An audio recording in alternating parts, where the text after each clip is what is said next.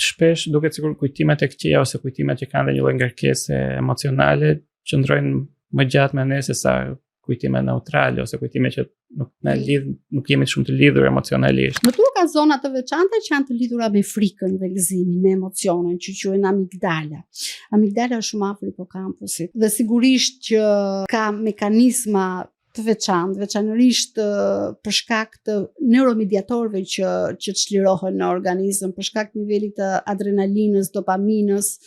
të acetilkolinës që çlirohet në organizëm dhe eksperiencës që ti përjeton qoftë emocionale, qoftë edhe fizike në atë moment, bën që këto lloj emocionesh të depozitojnë në hipokampus dhe më pas në lobe të ndryshme në varësi të llojit të eksperiencës këtë kujtim. Dhe sigurisht është stimuli pastaj ai që e thërret kujtimin. Domethënë stimuli që mund të jetë frika ose mund të jetë për shembull njerëzit që qëndrojnë nëpër lartësi, që kanë frikë nga lartësitë, e kanë këtë në çfarëdo lloj momenti që hipin në lartësi, pikërisht për këtë arsye, sepse fillojnë edhe aktivizohen ky lum i madh neuromediatorësh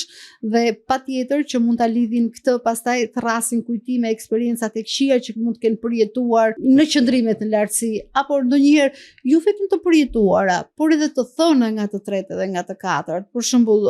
mu duk sikur hipa në katin e 20 dhe mu duk sikur po bija. Dhe unë kur hipi në katin e 20, më thërret, domethënë më vjen në mendje pikërisht kjo fjalë dhe papritur mos zë paniku, pavarësisht se unë mund të jem në ascensor në një ambient të mbyllur, pikërisht për faktin se po shkoj në katin e 20, më zë frika e thën nga të tjerët për eksperiencat që ata kanë përjetuar. Pra,